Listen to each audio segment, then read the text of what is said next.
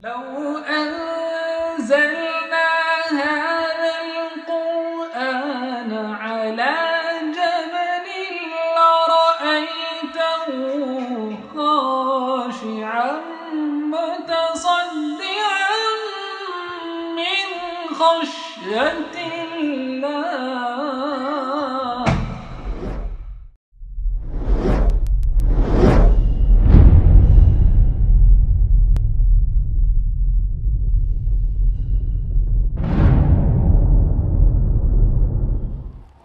الله. الحمدللہ وحدہ والصلاة والسلام علی من لا نبی بعد.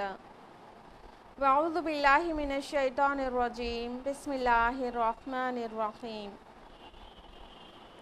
یا ایھا الناس قد جاءتکم موعظۃ من ربکم وشفاء لما فی الصدور وہدی ورحمۃ للمؤمنین. بسم اللہ الرحمن الرحیم. رب اشرح لی صدری ویسر لی امری واحلل عقدۃ من لسانی یفقہوا قولی. میری عزیز بہنوں، آپ سبھی کا درس قرآن مجید میں تہہ دل سے خیر مقدم ہے. السلام علیکم ورحمۃ اللہ وبرکاتہ. کیسے ہیں آپ سبھی لوگ؟ اللہ تعالیٰ کی ذات سے امید ہے کہ آپ سبھی بخیر و عافیت ہوں گی اپنے گھروں پر، اور اللہ سے دعا ہے کہ اللہ تعالیٰ آپ کو اچھا رکھے، عافیت میں رکھے، خوشحال رکھے، دنیا اور آخرت دونوں کی سربلندی نوازے. آمین. درس قرآن مجید میں آپ کو یاد ہوگا لاسٹ ویک سورہ الکہف سٹارٹ ہو چکی ہے، اور سورہ کہف کی آیت 1 سے لے کر 8 تک ہم لوگوں نے لاسٹ ویک تفصیل سے جانا تھا. تو آج درس قرآن میں باقاعدہ طور سے اصحاب کہف کا واقعہ سٹارٹ ہوگا آیت نمبر 9 آنورڈز. لیکن جیسے کہ روایت ہے کہ آپ کو لاسٹ ویک کا ریویژن دیتے ہیں، تو ہم آپ کو پہلے لاسٹ ویک کا ریویژن کرا دیں تاکہ جن لوگوں نے لاسٹ ویک جوائن نہیں کیا ان کا بھی تسلسل بن جائے، اور جو لوگ نے جوائن کیا اور بھول گئے ہیں ان کو یاد آ جائے. تو ہم لوگوں نے لاسٹ ویک جانا تھا سورۃ الکہف کے بارے میں کچھ تمہیدی باتیں، اور اس کے بعد سورہ شروع ہوئی تھی جہاں سے اس کے ترجمے سے کام چلاتے ہیں. اعوذ باللہ من الشیطان الرجیم. بسم اللہ الرحمن الرحیم. کل حمد و ثنا اور کل شکر اللہ کے لیے ہے جس نے نازل کی اپنے بندے پر کتاب، اور اس نے کوئی کجی نہیں رکھی. یعنی اللہ سبحانہ تعالیٰ نے جو کتاب قرآن حکیم رسول اللہ صلی اللہ علیہ وسلم پر نازل کی ہے اس میں کوئی کمی، کوئی کجی، کوئی ٹیڑھ، کوئی سمجھنے میں داؤں پیچ بالکل بھی نہیں ہے. یہ بہت سیدھی اور سمجھ میں آنے والی کتاب ہے، اور اللہ تعالیٰ نے اپنے نبی کو اپنا بندہ کہا محبت سے. آگے فرمایا یہ کتاب بالکل سیدھی ہے تاکہ وہ خبردار کرے ایک بہت بڑی آفت سے اس کی طرف سے، اور تاکہ وہ بشارت دے ان اہل ایمان کو جو نیک عمل کرتے ہوں ان کے لیے ہوگا بہت اچھا بدلہ. پہلے کہا گیا اس میں کوئی کجی نہیں ہے، پھر کہا گیا قیم ہے یہ، یعنی بالکل سیدھی. پازیٹیو سے کہا گیا مثبت انداز میں، پہلے منفی انداز تھا پھر مثبت انداز ہے، اور فرمایا کہ یہ بالکل ہی سیدھی ہے اور یہ ایک بہت بڑی آفت سے خبردار کر رہی ہے. لاسٹ ویک ہم نے آپ کو بتایا تھا کہ یہ آفت کیا کیا ہو سکتی ہے. ایک تو یہ مصیبت اور شدائد اور فتنے کی شکل میں ہو سکتی ہے، جو کہ فتنہ دجال جو قرب قیامت میں آنے والا ہے اس کی خبر دے رہی ہے. یا تو اس کی طرف اشارہ ہے یا تو بہت بڑی جنگ کی طرف اشارہ ہے، جو کہ احادیث میں الملحمۃ العظمیٰ نام سے مذکور ہے، اور بائبل میں آرمیگیڈون نام آتا ہے. تو یہ اس آفت، اس مصیبت، اس فتنے کی سے بہت بڑی آگاہی ہے یہ قرآن مجید. اور فرمایا کہ تاکہ بشارت دے ان ایمان لانے والوں کو جو نیک عمل کرتے ہوں کہ ان کے لیے بہت ہی اچھا بدلہ ہے. یعنی کہ جو لوگ ایمان لے آئے ان کے لیے ڈر نہیں ہے، اگر وہ ساتھ میں اعمال صالحات بھی کریں تو ان کے لیے کیا ہے، اس کا اچھا بدلہ ہے، اللہ تعالیٰ اس کا ریوارڈ ان کو نصیب کرے گا۔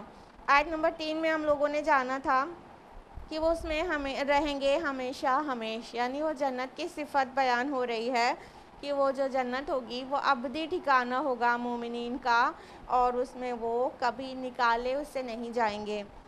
آیت نمبر 4 میں ہے کہ اور خبردار کر دیں ان لوگوں کو جنہوں نے کہا اللہ نے بیٹا بنایا، یعنی یہ کتاب ان لوگوں کو خبردار کرنے کے لیے، وارن کرنے کے لیے بھی آئی ہے جو کہتے ہیں کہ مسیح علیہ السلام اللہ کا بیٹا ہے، یا جنہوں نے کہا عزیر علیہ السلام اللہ کا بیٹا ہے، یا ایون جو فرشتوں کو اللہ کی بیٹیاں کہتے ہیں۔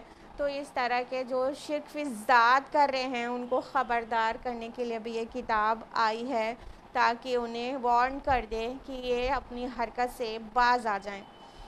آیت نمبر 5 میں ہے کہ انہیں اس کے بارے میں کچھ بھی علم نہیں اور نہ ہی ان کے آباء و اجداد کو تھا۔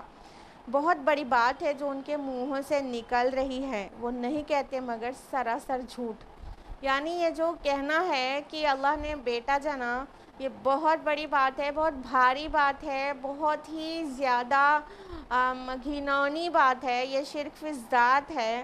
تو اللہ تعالیٰ اس پہ بہت غضبناک ہو رہا ہے کہ یہ بہت بڑی بات اپنے منہ سے نکال رہے ہیں اور یہ سراسر جھوٹ گڑھ رہے ہیں، کیونکہ اس شرک کی نہ کوئی دلیل تھی، نہ ہے، نہ ہوگی۔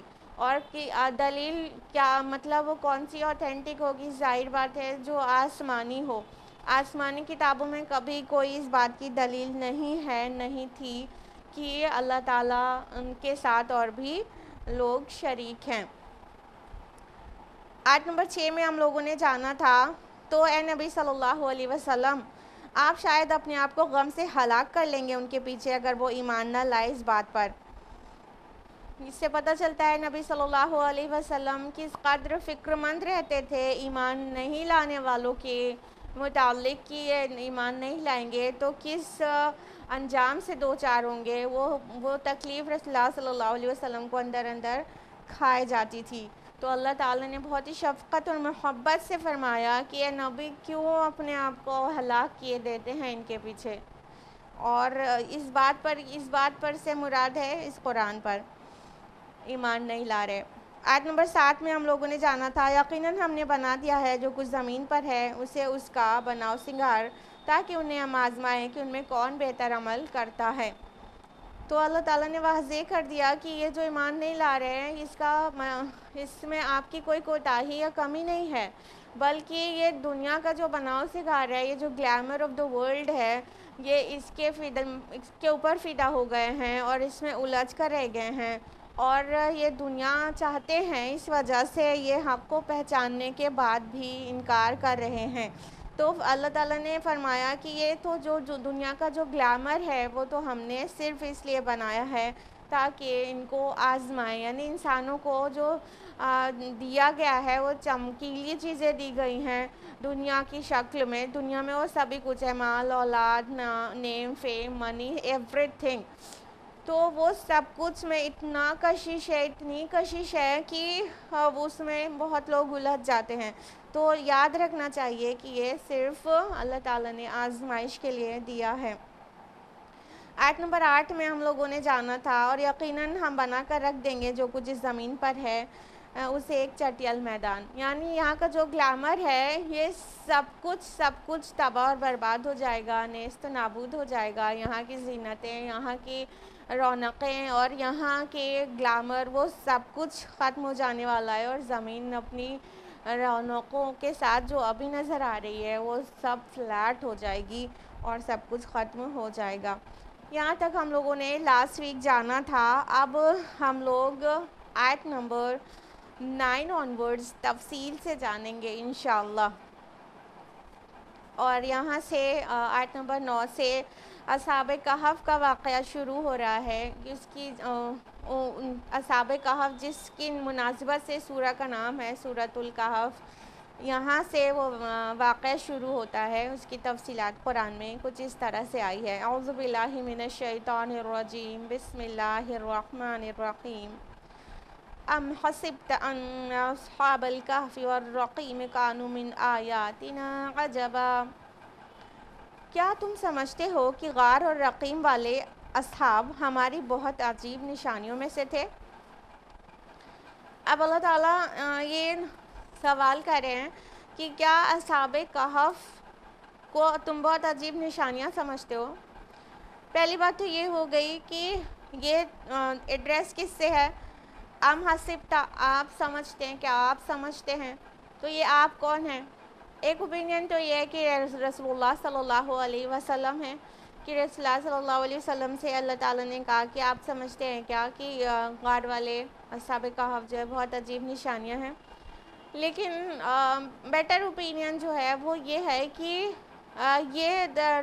یہ جو قوم ہے، جو گروپ ہے، جس سے رسول اللہ صلی اللہ علیہ وسلم کے ایڈریس ہے، تو اللہ تعالیٰ اس قوم کے ایک ایک فرد کو، مطلب فردن سنگولر کا صیغہ ہے نا، یہاں پر واحد کا صیغہ ہے حسبتا، تو اگر پلیورل ہوتا تو حسبتم ہوتا نا، تو حسبتا ہے تو سنگولر ہے. اس سے یہ انداز بھی قرآن حکیم ہے کہ قوم کے ایک ایک فرد کو ایڈریس کیا گیا ہے.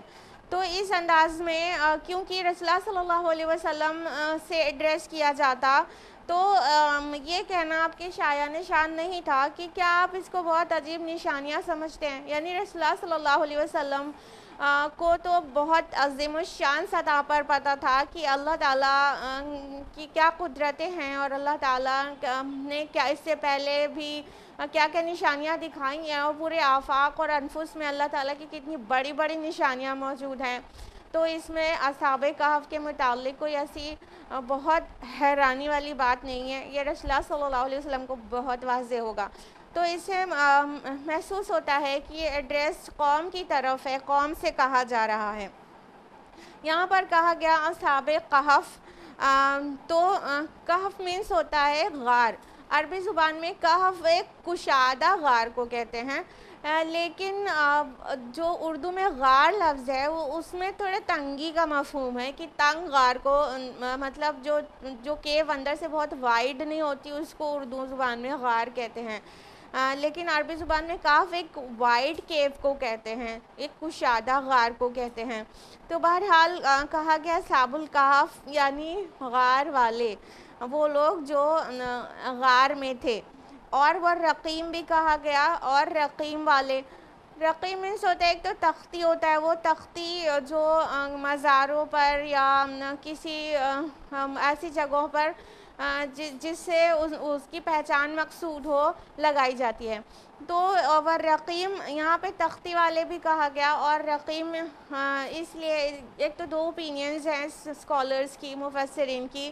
ایک تو یہ کہ یہ رقیم تختی والے کہنا مقصود ہے، کیونکہ وہ جو غار تھا جہاں پر اصحاب کہف تھے، اس کو بعد میں جب ان کی ڈیتھ ہو گئی تو وہاں پر ایک تختی لگا دی گئی، ان کے نام وغیرہ اس میں لکھ دیے گئے، اور ان کی مطلب ان کی تعریفیں لکھ دی گئی، اور اس کو تختی لگا کر چھوڑ دیا گیا تاکہ وہ محفوظ رہے، اندر کسی کا آنا جانا نہ ہو. تو اس طرح سے ان کو تختی والے بھی کہا گیا. لیکن کچھ مفسرین اس کو کہتے ہیں رقیم اس جگہ کا نام تھا جہاں پر وہ غار تھی. لیکن یہ مطلب پیٹرا جو جگہ کہتے ہیں نا اسی کو رقیم کہا جاتا ہے. لیکن یہ اوپینین تھوڑا سا ویک ہے، کیونکہ جو پیٹرا پلیس ہے وہ جہاں پر اصحاب کہف کا واقعہ آیا تھا اس سے کافی ڈسٹینٹ ہے.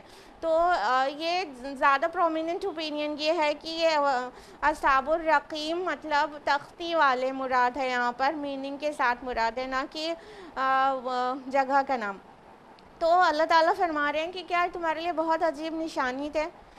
یہ ایسی کیا چیز تھی جو اللہ کی نشانی تھی، اور ان کی پوری ہسٹری کیا تھی، اس پر ایک نظر ڈال لیتے ہیں، پھر آگے کی طرف بڑھتے ہیں انشاءاللہ. تو اصحاب کہف جو تھے وہ کچھ نوجوان تھے، چند نوجوان تھے جو کہ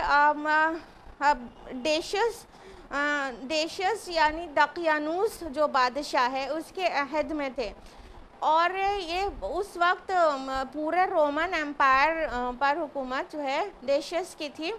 اور وہ بہت ہی ظالم تھا، اور یہ جو نوجوان تھے یہ عیسائی مذہب کو فالو کر رہے تھے لیکن موحد تھے، مطلب عیسائیت سے یہ نہ سمجھ لیجیے گا ٹرینٹی کو فالو کر رہے تھے، نہیں، وہ اصل میں عیسائی تھے، یعنی عیسیٰ علیہ السلام نے جو توحید کی دعوت دی تھی اس پر تھے وہ، تو وہ عیسائی مذہب کو فالو کرنے والے لوگ تھے، لیکن چونکہ وہ جو پورا رومن امپائر تھا نا، تو وہ اس میں مطلب جو بھی عیسائی تھا اس کو بہت ہی پرسیکیوٹ کیا جاتا تھا، کیونکہ اس وقت تک رومن امپائر سے مشرک قوم تھی، اور وہ لوگ بت پرستی کرتے تھے، ان کے ہاں ایک بہت بڑی ڈائنا دیوی کا بت تھا، اور کئی ممالک سے لوگ آتے تھے اس کی پوجا کے لیے، اس کی عبادت کے لیے، تو اس طرح وہ بت پرست لوگ تھے اور بت پرستی کرتے تھے، اور موحد لوگ جو تھے ان کو بس ستایا کرتے تھے، کیونکہ اس سے پہلے کا جو ہسٹری گزری ہے تو اس میں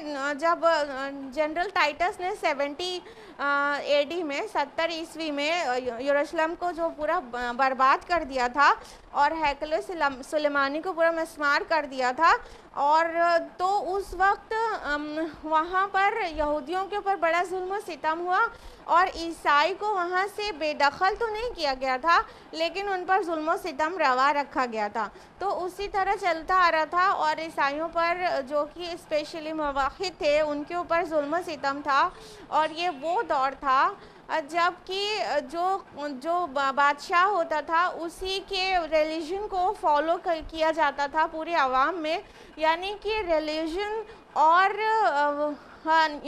سیاست یہ دونوں پولیٹکس یہ دونوں الگ الگ اینٹیٹیز نہیں تھی، بلکہ جو کنگ ہوتا تھا وہ اس کا جو بھی ریلیجن ہوتا تھا، وہ جو بھی فیتھ ہوتا تھا اس کو ہی عوام کو فالو کرنا ہوتا تھا، تو اس طرح سے وہاں پر بہت زیادہ ظلم و ستم تھا عیسائیوں کے ساتھ، اور خصوصاً موحد جو تھے توحید پر تھے ان کے ساتھ، تو یہ دقیانوس کے عہد میں جو کہ ڈیشیس کہتے ہیں انگلش میں اور رومن میں اس کا عہد تھا 249 سے 251 عیسوی، اس درمیان میں اس نے حکومت کی ہے، تو اس میں کچھ نوجوان تھے جو کہ اللہ تعالیٰ کی خالص عبادت کرنا چاہتے تھے اور وہ کر رہے تھے، لیکن جب ان کو بادشاہ کے سامنے پیش کیا گیا، کیونکہ لوگوں کے نالج میں آ گیا تھا کہ یہ لوگ مطلب بت پرستی کا انکار کرتے ہیں اور ایک اللہ تعالیٰ کے ایک اکیلے معبود کی عبادت کرتے ہیں،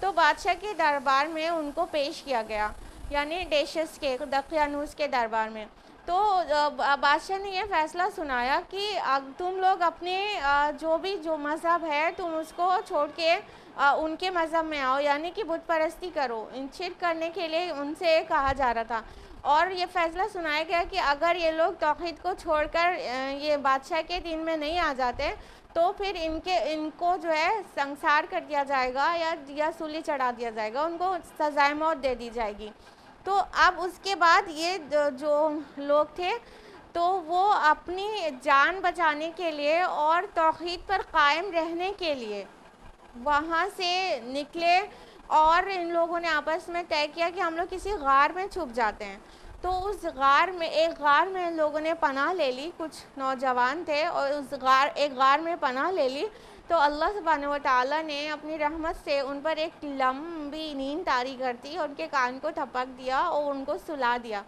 اور پھر اس کے بعد وہ جب بیدار ہوئے تو ان کو محسوس ہوا کہ عام نیند سوئے تھے، اور وہ کچھ ہی دن کا کچھ حصہ سونے کے بعد اٹھ گئے، لیکن اصل میں وہ سو چکے تھے سینکڑوں سال، اب کتنا 100 سال یہ جب آیت آئے گی تو تفصیل سے ہم آپ کو بتائیں گے انشاءاللہ، تو وہ سینکڑوں سال سو چکے تھے، اور اسی درمیان میں کیا ہوا تھا کہ وہ جو رومنز کی جو حکومت تھی، جو مشرک تھے پوری طرح سے، وہ کانسٹنٹائن کا جب دور آیا تو وہ اس نے عیسائیت قبول کر لی، اور ہم نے آپ کو بتایا کہ یہ وہ دور تھا جو ریلیجن اور سیاست پولیٹکس الگ الگ نہیں تھی، تو کانسٹنٹائن نے جب عیسائیت قبول کی تو پورا رومن امپائر وہ عیسائی ہو گیا، تو پھر اس کے بعد تب سے وہاں پہ عیسائیت ہو گئی، اور پھر آلموسٹ 400 AD یعنی 400 عیسوی یا بعض کے نزدیک 445 446 عیسوی کے لگ بھگ تھیوڈوسس نام کا ایک ایمپیرر تھا رومن. تو جب اس کے عہد میں یہ لوگ اٹھے، کئی سو سال سو چکے تھے، اب تفصیل میں آئیں گے کہ وہ 309 سال تھا کہ 196 200 سال تھا، وہ بعد میں انشاءاللہ.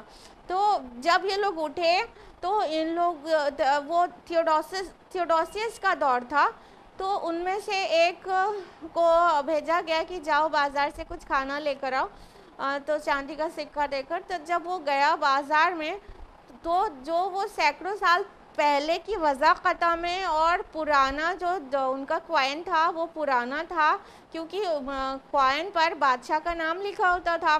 تو وہ جب سینکڑوں سال پرانا کوائن اور وضاحت سینکڑوں سال پرانی دیکھی گئی تو لوگوں کے نالج میں آ گیا کہ یہ لوگ مطلب اللہ تعالیٰ کی طرف سے میریکل ہیں اور یہ اتنے سال سوئے ہیں.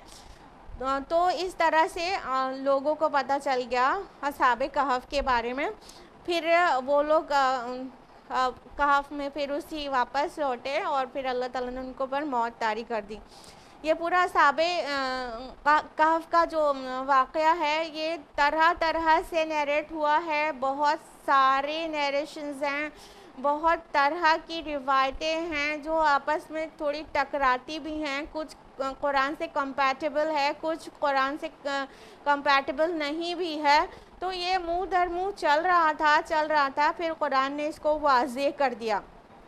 اور اب ایڈورڈ گبن نے اپنی book the decline and fall of Roman empire میں اصحاب کہف کو دا سیون سلیپرز نام سے تذکرہ کیا ہے. تو اس کی کچھ چیزیں بھی قرآن سے کمپیٹیبل ہیں لیکن کچھ چیزیں نہیں بھی میچ کرتی. کچھ تو قرآن قطعیت کے ساتھ بتاتا ہے کہ اصحاب کہف کا کیا معاملہ تھا اور وہ اس کا مقصد کیا تھا، اس کی پوری تعلیمات کے ساتھ، اس واقعے کی تعلیمات کے ساتھ قرآن میں درج کر دیا گیا. اور یاد رکھیے گا کہ قرآن جو بھی قصص بیان کرتا ہے، کوئی قصے بیان کرتا ہے، اس کا ایک مقصد ہوتا ہے. یہ صرف جو سوال ہے مشرکین کی طرف سے پوز کیا گیا تھا رسول اللہ صلی اللہ علیہ وسلم کے سامنے کہ بتائیے اصحاب کہف کون تھے، کس نے انجیکشن لگایا تھا؟ آف کورس اہل کتاب نے، یہودیوں نے، کیونکہ ان کے ہاں مطلب یہ قصہ معروف تھا لیکن مشرکین کو نہیں پتہ تھا. تو انہوں نے مشرکین کو مطلب بھڑکانے کے لیے یا عیب جوئی کرنے کے لیے یہ سوال رکھا تھا کہ اپنے وہ محمد سے پوچھو صلی اللہ علیہ وسلم کہ اصحاب کہف کا کیا واقعہ تھا. تو تاکہ وہ لوگ چاہتے تھے کہ اگر کوئی کمی بیشی رہے تو ہم عیب نکالیں اور نہیں بتائیں، دیر کریں تو کہنے کا موقع مل جائے کہ ہاں نبی بنے گھومتے ہیں اور ان کو پتہ تک نہیں ہے. تو اس طرح سے ان کا مقصد تو الگ تھا لیکن قرآن نے اگر ان کے ہر ایک سوال کا جواب نہیں دیا ہے، کچھ سوالوں کے جواب دیے ہیں تو بامقصد طریقے سے دیے ہیں. تو قرآن میں جو بھی اصحاب کہف کا واقعہ آیا ہے اس میں بہت ساری ٹیچنگز ہیں جو ہم لوگ ایک ایک کر کے انشاءاللہ آیت بآیت لیں گے کہ کہاں سے کون سی ٹیچنگ نکل کر آ رہی ہے. تو اللہ تعالیٰ نے فرمایا، اب آ جاتے ہیں آیت نمبر 9 پر واپس، کہ کیا تم سمجھتے ہو غار اور تختی والے اصحاب ہماری بہت عجیب نشانیوں میں سے تھے. یعنی کہ ان کو یہ ہنڈریڈز آف ایئرز سلا دینا یہ کوئی بہت بڑی بات نہیں ہے، کیونکہ اللہ تعالیٰ نے اس طرح کی بہت ساری نشانیاں لوگوں کو دکھائی ہیں اور نہ صرف اس طرح کی، بہت طرح کی. اس طرح کی ایک نشانی کا ذکر سورہ بقرہ کی آیت نمبر 259 میں بھی ہوا ہے کہ عزیر علیہ السلام کو اللہ تعالیٰ نے 100 سال نیند طاری کر دی تھی اور پھر 100 سال کے بعد جگا دیا. ان کے اوپر بھی فیو ہنڈریڈ ایئرز گزرے اور ان کو سلا دیا. اور اس طرح سے بعث بعد الموت کا بہت ساری نشانیاں قرآن مجید میں موجود ہیں. گائے والا واقعہ بھی ایک اپنے آپ میں نشانی ہے کہ کس طرح سے اس گائے کا گوشت اس شخص کے اوپر مارا گیا تھا تو اس نے اپنے قاتل کا زندہ ہو کر اس نے اپنے قاتل کا پتہ دے دیا تھا. تو اس طرح سے بعث بعد الموت کی نشانی یا تو لمبی نیند سلا دینے کی نشانی، یہ سب اللہ تعالیٰ کے لیے سی بڑی بات ہے، کون سی بڑی بات ہے؟ اگر انسان آسمان و زمین کی تخلیق میں ہی غور و فکر کر لے، اپنے نفس میں ہی غور و فکر کر لے، تو اسے پتہ چل جائے کہ اس کا خالق کتنا بڑا کاریگر ہے۔ فتبارک اللہ احسن الخالقین، کہ وہ بہت بابرکت ہے۔ تو وہ اللہ تعالیٰ کے لیے بہت معمولی اور بہت آسان بات ہے، کیونکہ جو طبعی قانون ہیں، جو فزیکل لاز ہیں، وہ اللہ کے بنائے ہوئے ہیں۔ اللہ اس کے تابع نہیں ہے، وہ اللہ کے تابع ہیں۔ جب اللہ تعالیٰ چاہتا ہے ان فزیکل لاز کو پلٹ سکتا ہے، کیونکہ اللہ نے ہی بنائے ہیں۔ تو اس میں کوئی بہت عجیب نشانی نہیں ہے۔ جو بہت پختہ ایمان رکھتا ہو، اس کو اچھی طرح سے پتہ ہے میرا رب کہ القادر ہے، وہ ہر چیز پر قدرت رکھتا ہے۔ تو فرمایا کہ کیا تمہارے نزدیک اس میں کوئی بہت بڑی نشانی ہو گئی ہے، کہ بہت عجیب واقعہ ہو گیا ہے؟ نشانی تو ضرور ہے، لیکن بہت عجیب بات کچھ بھی نہیں ہے، اللہ تعالیٰ کے لیے بہت آسان ہے۔ آگے فرمایا آیت نمبر 10 میں، اِذْ أَوَى الْفِتْيَةُ إِلَى الْكَهْفِ فَقَالُوا رَبَّنَا آتِنَا مِن لَّدُنكَ رَحْمَةً وَهَيِّئْ لَنَا مِنْ أَمْرِنَا رَشَدًا۔ جب کہ ان نوجوانوں نے غار میں پناہ لی اور انہوں نے کہا، اے ہمارے رب، تو عطا فرما ہمیں اپنے پاس سے رحمت اور آسانی فرما دے ہمارے لیے ہمارے معاملات میں اور عافیت کا راستہ۔ اب دیکھیے قرآن آیت نمبر 9 سے لے کر آیت نمبر 12 تک اس قصے کو اجمالی پیش کرتا ہے، پھر آیت نمبر 13 آنورڈز اس کی تفصیلات آتی ہیں۔ یہ اسلوب قرآن مجید میں کئی جگہ پر لیا گیا ہے کہ کسی بھی قصے یا واقعہ کو پہلے سمری پیش کر دی جاتی ہے، پہلے اس کی سمری دی جاتی ہے، پھر تفصیل سے پھر سے بیان کیا جاتا ہے۔ تو یہاں پر بھی وہی انداز ہے۔ تو آیت نمبر 9 سے لے کے 12 تک میں اس کی ایک چھوٹی سی سمری ہے، پھر آیت نمبر 13 سے لے کے آگے کی طرف وہ تفصیلی واقعہ ہے۔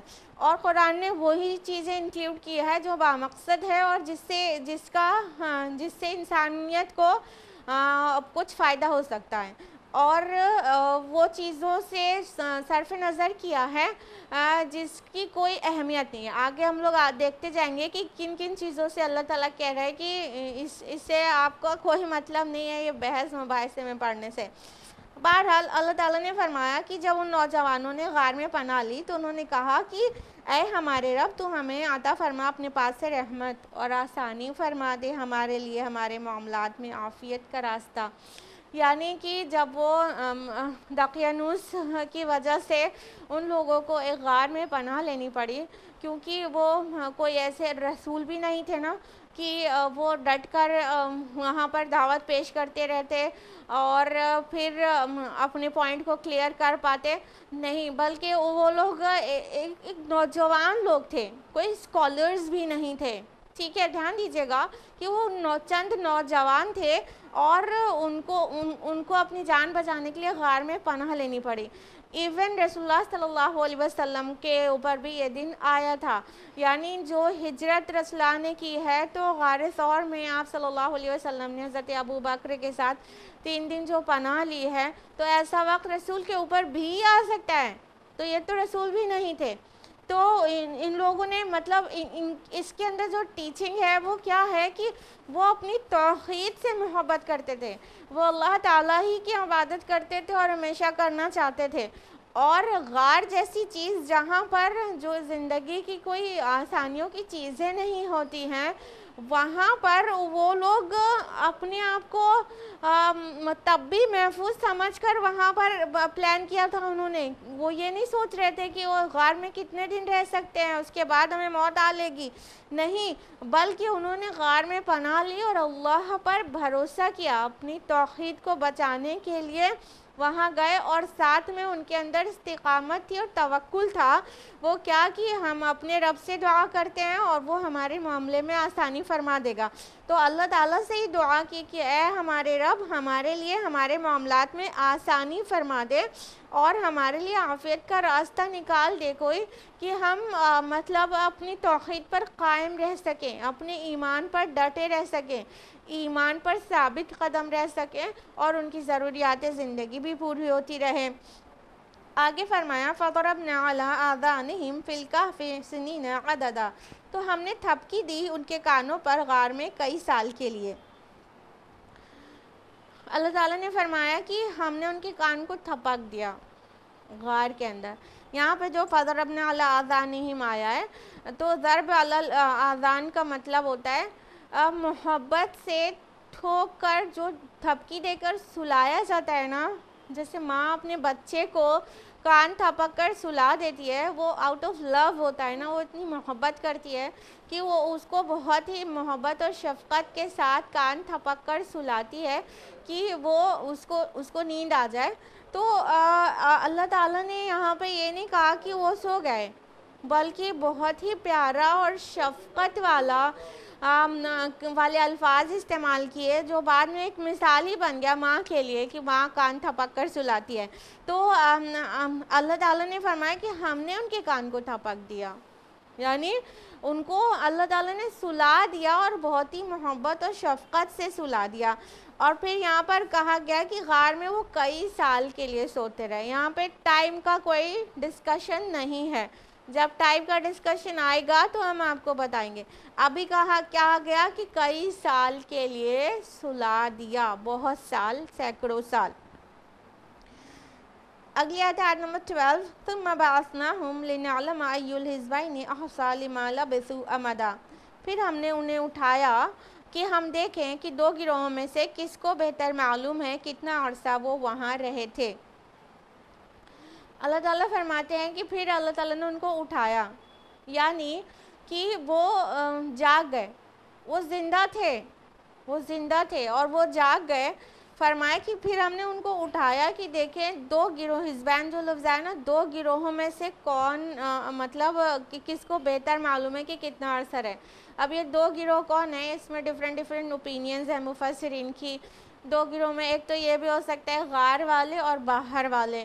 تو مطلب بعد میں ڈسپیوٹ ہو گیا تھا نا کتنے دن تک یہ رہے ہیں, تو غار والے اور باہر والے دو گروہ بھی ہو سکتے ہیں مراد. اور غار کے اندر بھی جتنے لوگ ہیں وہ لوگ بھی مطلب نہیں جانتے تھے کہ کتنے دن رہے, تو انہی میں سے دو ڈیفرنٹ اوپینین بھی ہو سکتی ہے. اور باہر والوں میں بھی دو گروہ بن گئے تھے, کوئی کہہ رہا ہے کہ 200 سال رہے, کوئی کہہ رہا ہے 300 سال رہے. تو اس طرح سے بہت سارے مطلب ڈسپیوٹس ہوئے ان کے درمیان, بہت سارے ڈیبیٹس ہوئے اور ہوتے رہے ہیں, صدیوں ڈیبیٹس ہوئے ہیں ان موضوعات پر.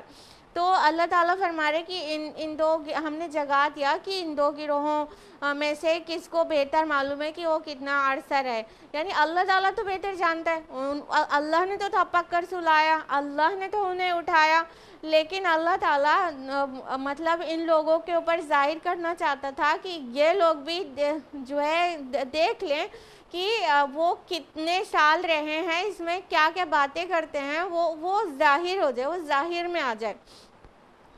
اگلی آیت ہے نحن نقص علیک نبأہم بالحق, ہم سنا رہے ہیں آپ کو ان کا قصہ حق کے ساتھ. انہم فتیۃ آمنوا بربہم وزدناہم ہدی, وہ چند نوجوان تھے جو ایمان لائے اپنے رب پر اور ہم نے خوب بڑھایا تھا انہیں ہدایت میں. اب دیکھیں یہاں سے اس قصے کی تفصیل شروع ہو گئی. یا اس سے پہلے تک 9 سے لے کے 12 تک کی آیت میں بہت کنسائزڈ ایک دم کمپیکٹ وے میں پورے قصے کو سمری بیان کی گئی, اور اب یہاں سے تفصیلات شروع ہو گئی. اب اللہ سبحانہ و تعالیٰ فرما رہے ہیں کہ ہم سنا رہے ہیں آپ کو ان کا قصہ حق کے ساتھ. یعنی کہ یہ جو بہت سارے ڈسپیوٹس تھے, بہت سارے منہ در منہ باتیں جو تھیں, بہت الگ الگ قسم کے بیانات تھے لوگوں کے, اور بہت ہی پریشان باتیں بھی تھیں اس میں. کچھ آتھینٹک ہی تھی, کچھ ان آتھینٹک تھی, کچھ مطلب بنائی ہوئی باتیں تھیں. یہ ساری چلی آ رہی تھی. جب رسول اللہ صلی اللہ علیہ وسلم کی بعثت ہوئی ہے تو کچھ 100 سال گزر ہی چکے تھے, تو یہ طرح طرح کی چیزیں آ ہی رہی تھی الگ الگ جگہ سے, اور کچھ لوگ تو بالکل ہی ناواقف تھے, لیکن جو لوگ واقف تھے ان میں مختلف آراء تھیں. تو اللہ سبحانہ و تعالیٰ فرما رہے ہیں کہ اب ہم بیان کرتے ہیں نبی آپ کے لیے یہ حق کے ساتھ. یہاں بالحق جو آیا ہے, حق کے ساتھ بیان کرتے ہیں, یہ حق لفظ بہت میننگ فل ہے.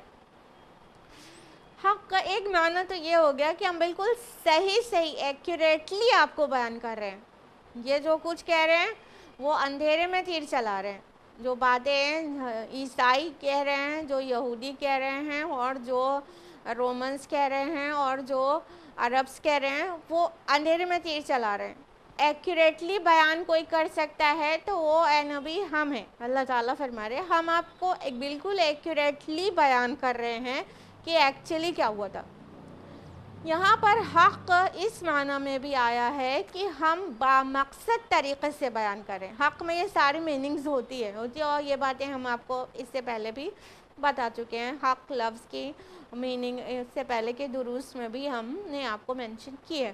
تو یہاں پر بھی حق لفظ اس معنی میں بھی آیا ہے کہ ہم میننگ فلی یہ آپ کو ڈسکرائب کرنے جا رہے ہیں.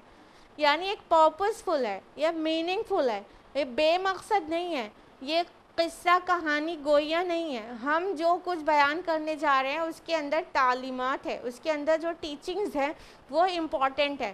ایمان والوں کے لیے بھی امپورٹنٹ ہے اور کفار کے لیے بھی تنبیہ ہے. ایمان والوں کے لیے کیا اس کی اہمیت ہے؟ ظاہر بات ہے کہ رسول اللہ صلی اللہ علیہ وسلم اور مسلمان جو مکہ میں ایمان لا چکے تھے وہ لوگ کو بھی ٹارچر اور پرسیکیوشن کا دور فیس کرنا شروع کر دیا تھا انہوں نے. یعنی مشرکین کی طرف سے وہی ستایا جا رہا تھا ان کو.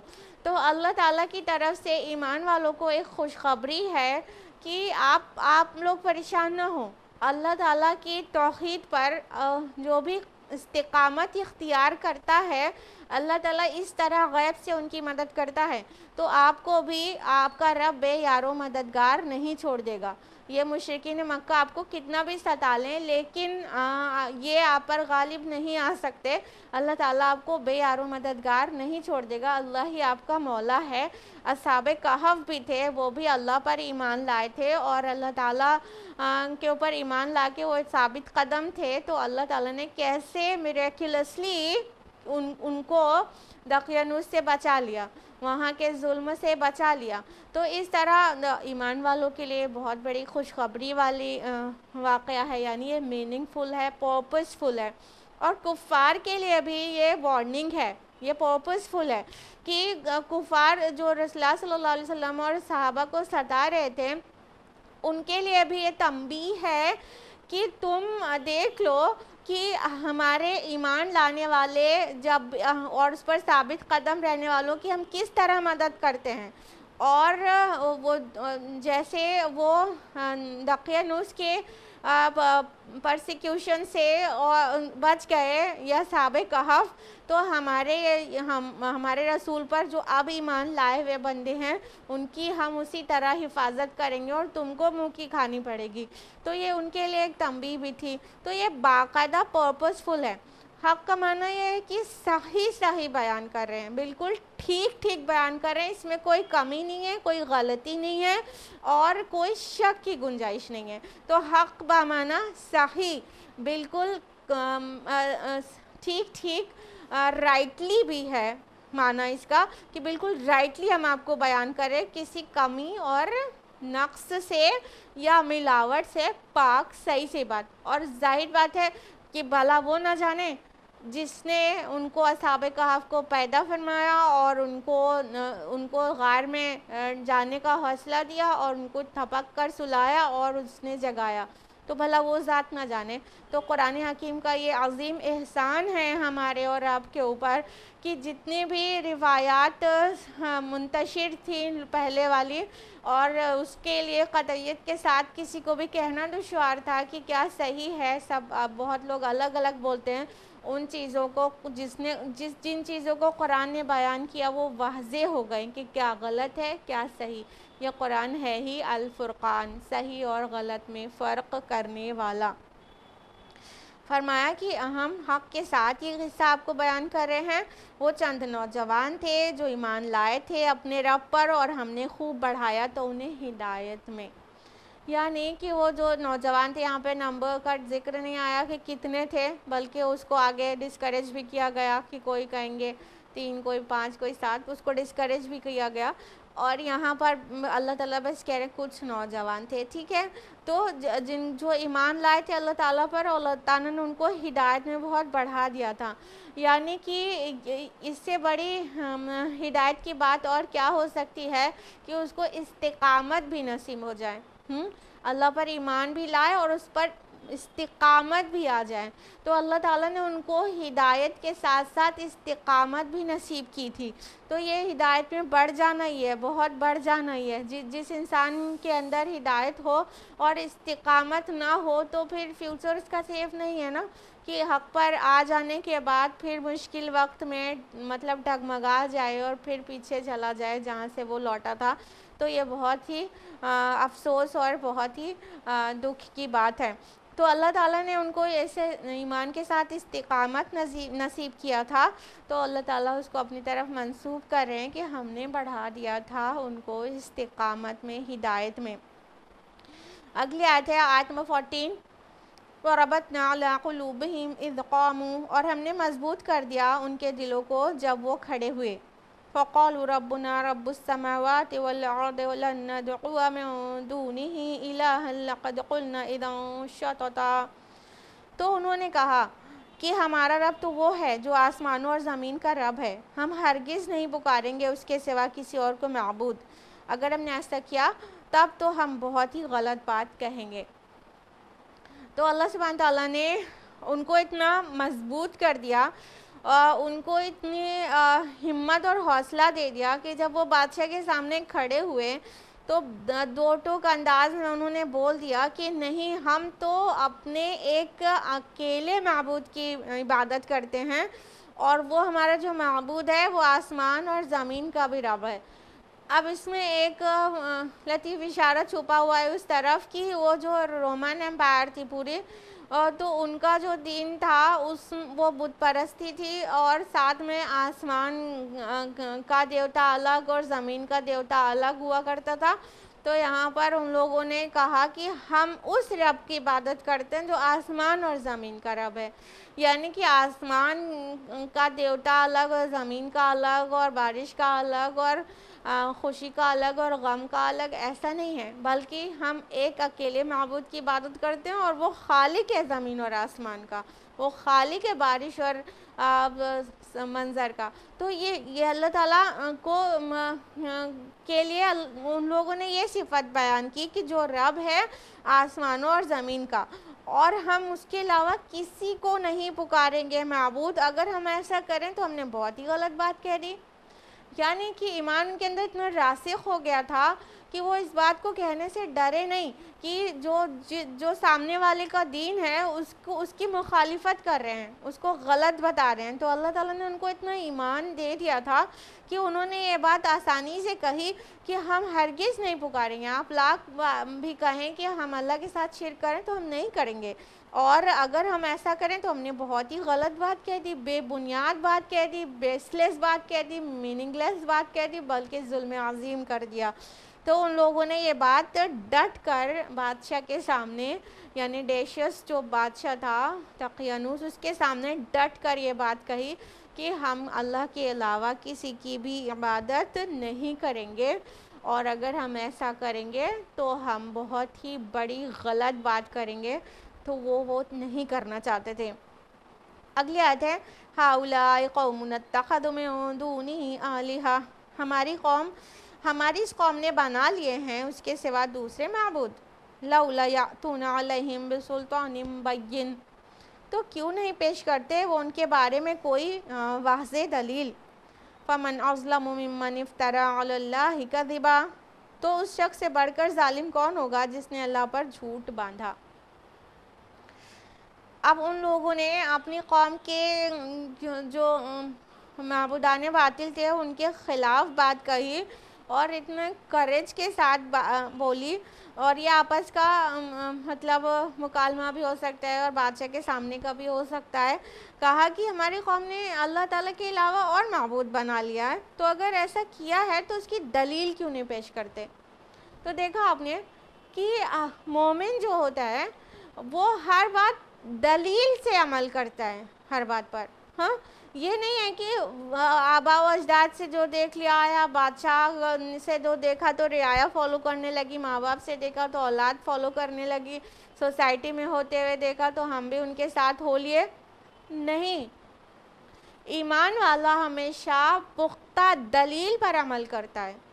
تو ان لوگوں نے بھی یہی بات کہی کہ اگر یہ لوگ شرک کر رہے ہیں تو کیا دلیل ہے ان کے پاس؟ کوئی دلیل ہے آسمانی جس کو یہ پیش کر سکتے ہوں؟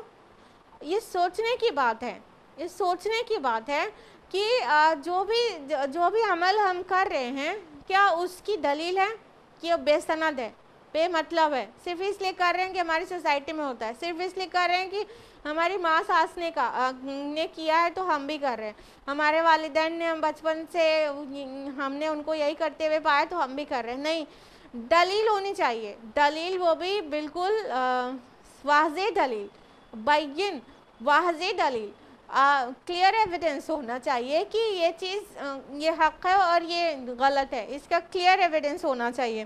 تو وہ اصحاب کہف نے یہی بات کہی کہ یہ ہماری قوم مطلب اللہ کے ساتھ شرک کر رہی ہے اور لوگوں کو دوسروں کو معبود ٹھہرا لیا ہے.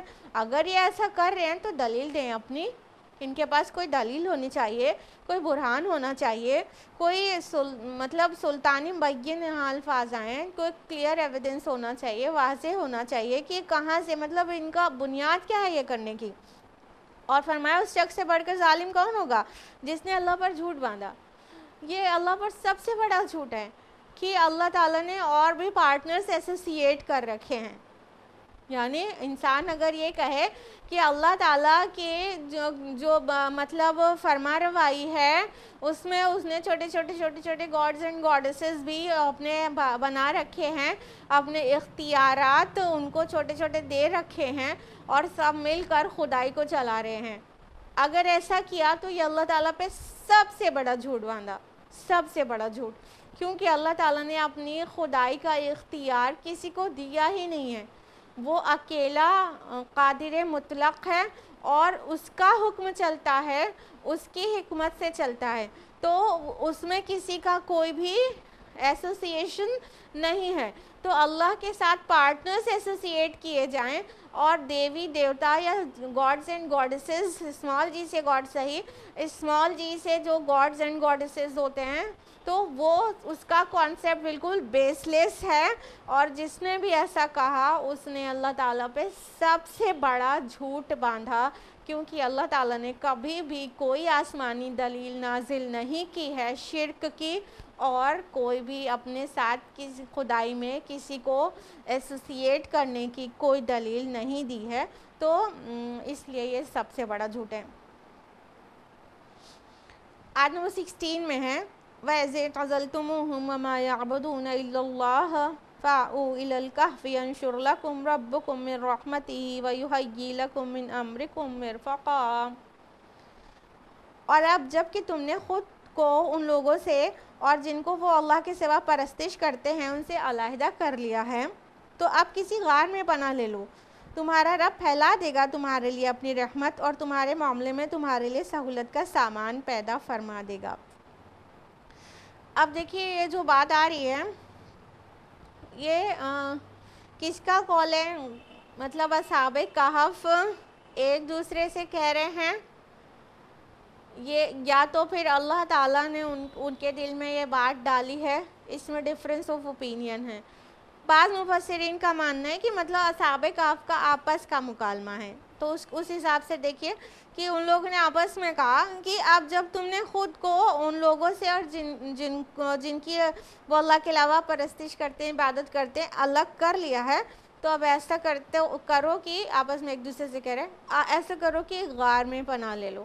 یعنی ان سے اعلان برات کر دیا کہ ہم تو اللہ کے علاوہ کوئی اور کی عبادت نہیں کریں گے، ہم اپنے ایمان پر ثابت قدم رہیں گے اور ہم توحید پر ہی ایمان رکھیں گے.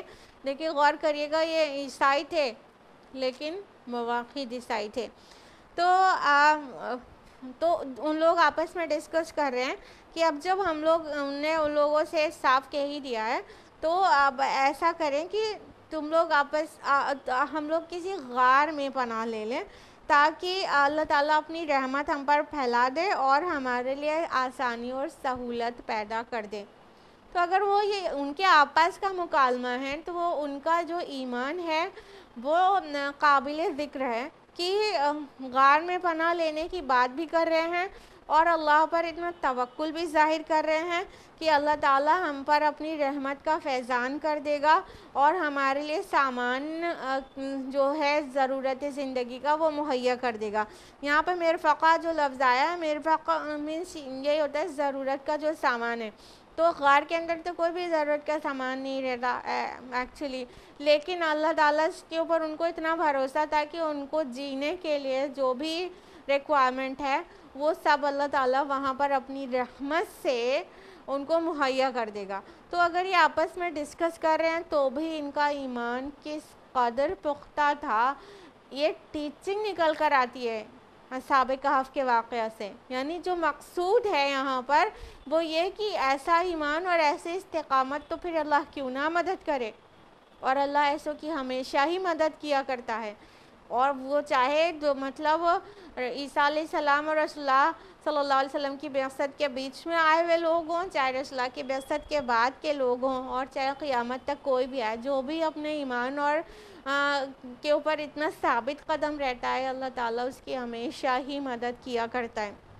ہم نے آپ کو بتایا کہ اس میں اختلاف رائے ہے، تو یہ ڈفرینس آف اوپینین ہونے کی وجہ سے دوسری رائے یہ ہے کہ یہ قول ان کا آپس کا مکالمہ نہیں ہے، یہ آپس میں ان کا ڈسکشن نہیں ہے، بلکہ یہ اللہ تعالیٰ کی طرف سے ہے یہ جملہ کہ اور جب تم نے مطلب اللہ تعالیٰ نے ان کے دل میں القاء کر دیا، ان کے دل میں وحی کر دی، ان کے دل میں یہ بات ڈال دی کہ اب جب کہ تم نے ان لوگوں سے جو لوگ اللہ کے علاوہ کسی کی عبادت کرتے ہیں ان سے اپنے کو علیحدہ کر لیا ہے، تو اب تم لوگ ایک غار میں پناہ لے لو اور اللہ تعالیٰ پھیلا دے گا تمہارے لیے اپنی رحمت اور تمہارے معاملے میں تمہارے لیے سہولت کا سامان پیدا کر دے گا۔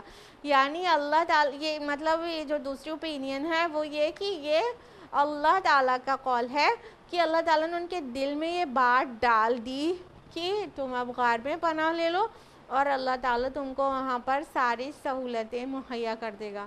اس میں بھی بہت بڑی، اگر اس انداز میں بھی سمجھیں تو اس میں بھی بہت بڑی ٹیچنگ ہے کہ اللہ رب العالمین ایسوں کو کس طرح سے ثابت قدمی نصیب کرتا ہے جو اس کو اس کے لیے مطلب اپنے عمل کو اور اپنے دین کو، اپنے ایمان کو اس کے لیے خالص کر لیں، صرف اللہ ہی کی عبادت کریں اور شرک کے شائبہ تک سے بچیں، چاہے ان کی جان ہی کیوں نہ چلی جائے۔ جو اس درجے کا ایمان رکھتا ہے تو اللہ تعالیٰ اس کے دل پہ ایسی سکینت نازل کر دیتے ہیں اور ان کو آئیڈیاز بھیجتے ہیں کہ وہ کس طرح سے آگے کے عمل کو کرے۔ تو یہ اللہ تعالیٰ کے مخصوص انعام ہے جو اپنے مخصوص بندوں کے لیے وہ کو عطا کرتا ہے۔ یعنی جب ایمان اس درجے کا ہوگا نا تو اللہ تعالیٰ ایسی باتیں دل میں القاء کرتا رہے گا۔ تو یہ القاء کے ذریعے اللہ تعالیٰ سے جو کانٹیکٹ ہے وہ بنا ہے بندے کا، چاہے رسالت ختم ہو گئی ہے اور وحی کا سلسلہ بند ہو گیا ہے، لیکن آج بھی اللہ تعالیٰ اور قیامت تک دل میں بات کو القاء کرتا رہتا ہے۔ تو اگر یہ اللہ تعالیٰ کا قول مانے تو اللہ تعالیٰ نے ان کے دلوں میں القاء کر دیا کہ ہم تمہاری ضرورت زندگی مہیا کریں گے۔ اور جو سیکنڈ اوپینین ہے نا کہ یہ مطلب اللہ تعالیٰ کا قول ہے نا کہ ان کا آپس کا ڈسکشن، اس کی ایک دلیل یہ بھی ہے کہ اگر ان کا قول مطلب ان لوگوں کا اصحاب کہف کا یہ مطلب آپس کا مکالمہ ہوتا تو یہ انداز دعائیہ ہوتا کہ اے اللہ ہم پر اپنی رحمت نازل کر اور ہمارے معاملے میں آسانی کر دے، تو انداز دعائیہ نہیں ہے، یہ انداز یہ ہے کہ سہولت کا سامان اللہ پیدا کر دے گا۔ تو یہ ایک دلیل کے طور پر بھی پیش کرتے ہیں وہ مفسرین جو یہ کہتے ہیں کہ یہ اللہ کا قول ہے نہ کہ اصحاب کہف کا آپس کا مکالمہ۔ اگلی آیت ہے آیت نمبر 17، وَتَرَى الشَّمْسَ إِذَا طَلَعَتْ تَزَاوَرُ عَنْ كَهْفِهِمْ ذَاتَ الْيَمِينِ، اور تم سورج کو دیکھتے ہو کہ جب وہ طلوع ہوتا ہے تو اس غار سے دائنی طرف ہٹ جاتا ہے۔ وَإِذَا غَرَبَتْ تَقْرِضُهُمْ ذَاتَ الشِّمَالِ، اور جب وہ غروب ہوتا ہے تو بائیں جانب اس سے کنی کترا جاتا ہے۔ وَهُمْ فِي فَجْوَةٍ مِّنْهُ، اور وہ اس کی کھلی جگہ میں تھے۔ ذَلِكَ مِنْ آیَاتِ اللَّهِ، یہ اللہ کی نشانیوں میں سے ہے۔ مَن يَهْدِ اللَّهُ فَهُوَ الْمُهْتَدِ وَمَن يُضْلِلْ فَلَن تَجِدَ لَهُ وَلِيًّا مُرْشِدًا، جسے اللہ ہدایت دیتا ہے وہی ہدایت یافتہ ہوتا ہے، اور جسے وہ گمراہ کر دے تو اس کے لیے تم نہیں پاؤ گے کوئی مددگار راہ پر لانے والا۔ اب آیت نمبر 17 میں اللہ تعالیٰ فرما رہے ہیں کہ جس غار میں وہ لوگ تھے ان پر اللہ کی رحمت کا ایسا فیضان ہوا کہ جب سورج نکلتا تھا، طلوع ہوتا تھا، سن رائز ہوتا تھا، تو غار سے داہنی طرف ہٹ جاتا تھا، اور جب سن سیٹ ہوتا تھا، غروب ہوتا تھا سورج، تو بائیں جانب کترا جاتا تھا۔ ایک تو اس کا مطلب یہ ہوا کہ وہ جو غار تھی اس کا جو منہ تھا وہ نارتھ کی طرف تھا، شمال کی طرف، تو شمال کی جانب سورج کبھی بھی نہیں جاتا پورے سال کے کسی بھی موسم میں، ٹھیک ہے؟ تو اس کا جو منہ تھا شمال کی طرف تھا، نارتھ کی طرف، تو اس کی وجہ سے سورج کی وہاں روشنی تو جاتی تھی لیکن دھوپ نہیں جاتی تھی۔ ان کو اللہ تعالیٰ نے ایسا پروٹیکشن دے رکھا تھا کہ اس میں دھوپ نہیں جاتی تھی۔ تو یہ نارتھ لائٹ شیلز کی طریقے پر اور بھی بلڈنگز بنائی جاتی ہیں جو کارخانے وغیرہ ہوتے ہیں کہ اس میں دھوپ براہ راست نہ جائے لیکن روشنی جائے۔ تو اس طرح کے جو بلڈنگز یا غار ہوتے ہیں وہ دھوپ سے بچے رہتے ہیں لیکن روشنی جاتی رہتی ہے۔ تو یہ غار، تو ایک تو بات یہ ہو گئی کہ یہ جو غار تھا وہ اس کا منہ جو ہے نارتھ کی طرف تھا، جس کی وجہ سے نہ سن رائز پہ ڈائریکٹ اس کے اندر دھوپ جاتی تھی، نہ سن سیٹ کے وقت ڈائریکٹ اس کے اندر دھوپ جاتی تھی۔ دوسری اوپینین یہ ہے کہ مطلب اللہ تعالیٰ نے سورج کو حکم دیا تھا کہ وہ اس مطلب غار کے اندر وہ دھوپ نہ پہنچنے پائے، اور جو آگے آ رہا ہے کہ یہ اللہ کی نشانیوں میں سے ہے، تو اس کو ایک تو یہ بات ہو گئی کہ یہ بات جو سورج کا کترا جانا یہ اللہ کی نشانیوں میں سے ہے، لیفٹ اور رائٹ ہو جانا اپنے کچھ مخصوص بندوں کی حفاظت کے لیے تاکہ انہیں تکلیف نہ پہنچے، وہ دھوپ کی شدت سے پریشان نہ ہو، سینکڑوں سال وہ سو رہے ہیں، ان کو دھوپ کی شدت پریشان نہ کرے، تو اس کی وجہ سے اللہ تعالیٰ نے نشانی کے طور پر رکھا تھا۔ لیکن جو اوپینین یہ ہے کہ یہ مطلب نارتھ کی جانب تھا، تو ایک معمول ہو گیا کہ ایسی غاریں کئی جگہ پر موجود ہیں جو کہ ایسے نارتھ کی جانب جن کے منہ ہوتے ہیں۔